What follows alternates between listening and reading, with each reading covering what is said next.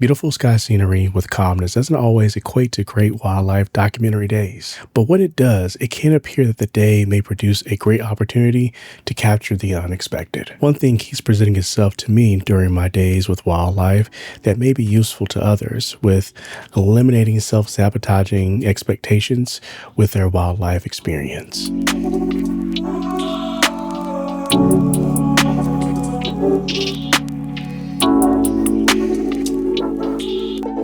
The Patella linatus has been a focus of mine since the beginning of 2025. And what makes this particular situation unique is that obviously I'm capturing her perched on a tree branch, but she's grooming herself. Now, the challenge I face within this space of documenting wildlife is the, you ready for it? Subtleness. For instance, proper grooming is obviously apparent, but observing the details and learning about the simplistic aspects of grooming is intriguing through understanding.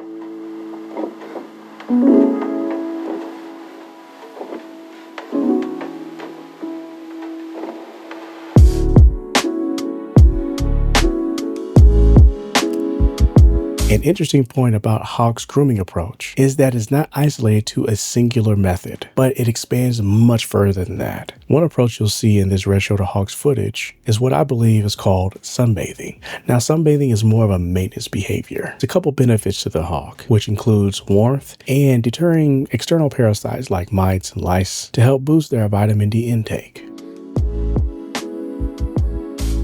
Now, I'm going to briefly talk about gear for a sec, I promise. Now, capturing these intimate moments was attainable through the versatility of the Canon RF 100 and 500mm telephoto lens. Now, I know that I name dropped that in almost every one of my videos, but it is essential to my day-to-day wildlife experiences that I love capturing. Also, having it paired with the brain of the R6 Mark II is definitely a combination that is, my go-to within the current camera arsenal that I currently have right now. Essentially, having this option helps me to interchange quickly between photography mode and video modes throughout my wildlife encounters.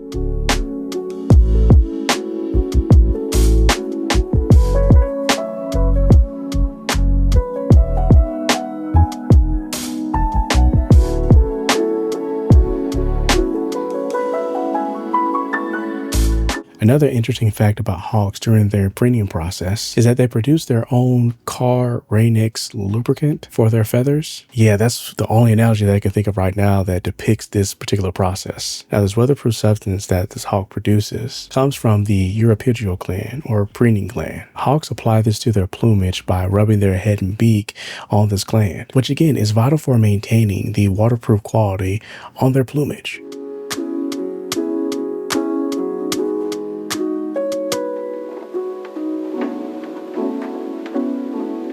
As I've continued to develop my wildlife documentary skill sets towards birding, I think that learning about these behaviors only enhances the layer of perspective to appreciate these magnificent creatures. Even the simple observation days like this one, to where bird watching exposes us to other characteristics that we may not have encountered before.